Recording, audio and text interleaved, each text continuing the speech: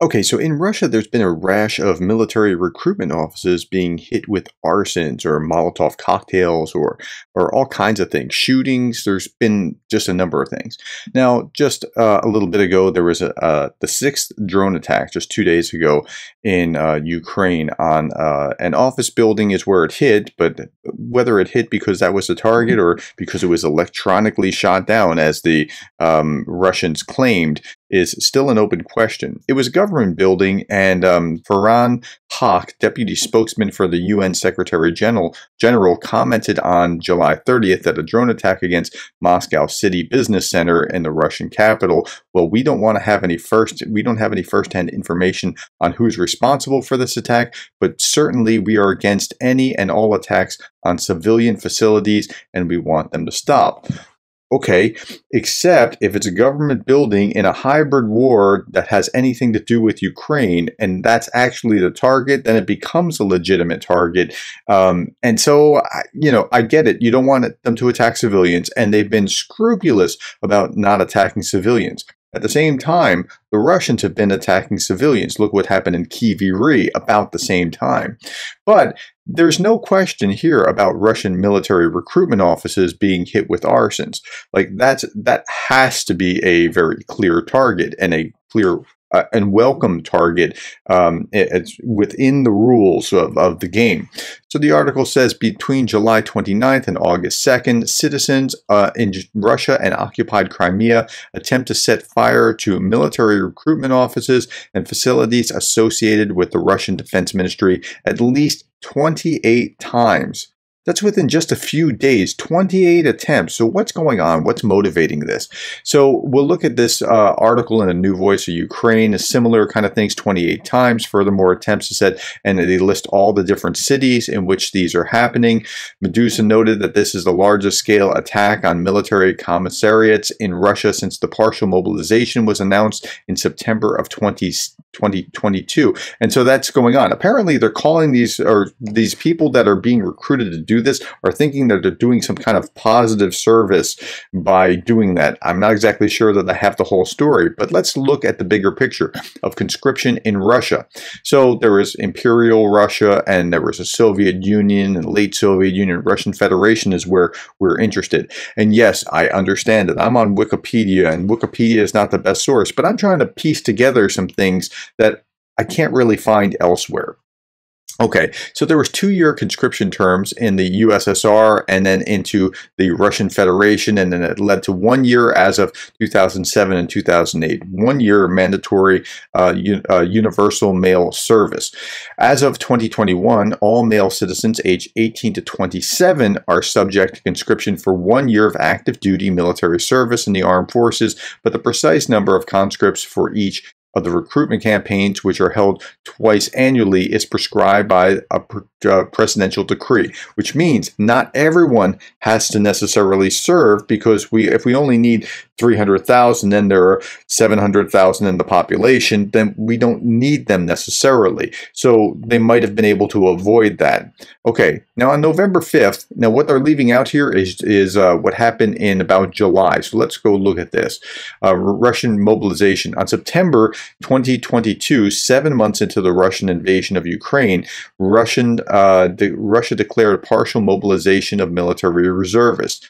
Russia had a huge mobilization reserve and planned to mobilize 300,000 recruits, and you have that because you had the 1 year of conscription, so now you have people that are at least partially trained.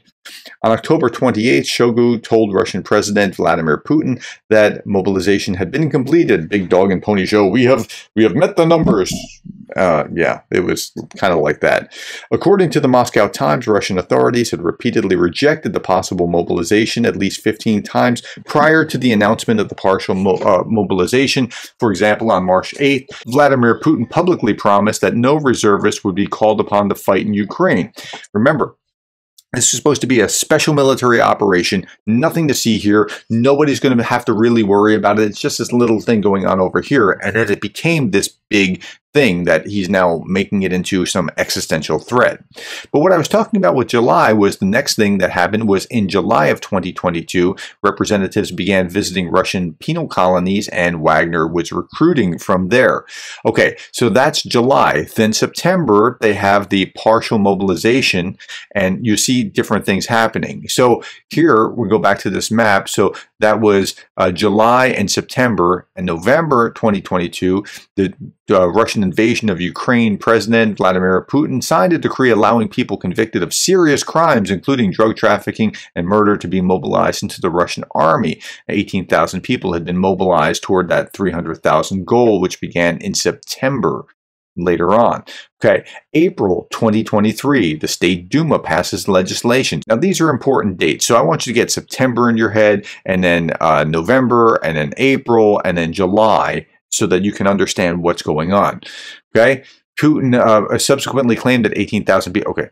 In April 2023, Russian State Duma passed legislation to change the nature of conscription summons and how they're served. Instead of with paper, individually, personally, previously the summons had to be physically served on the person being called up. Now, a summons is deemed to be served once it appears on the government services portal.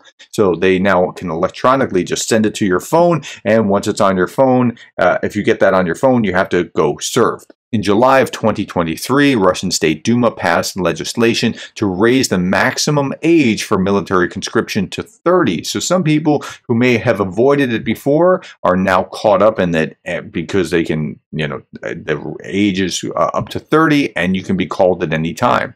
Men will be required to carry out 1 year of military service or equivalent training during higher education between the ages of 18 and 30 rather than 18 and 27. The law also bans men from leaving Russia from the day that they are summoned to the conscription office. So when they had this partial mobilization on September, now remember September, that's going to be important. The partial mobilization of military reservists, 1 million men fled the country. Okay, so and I'm using a round number here. It might be a little bit more, a little less, something along those lines, but it's something big like that. Okay, give or take 100,000.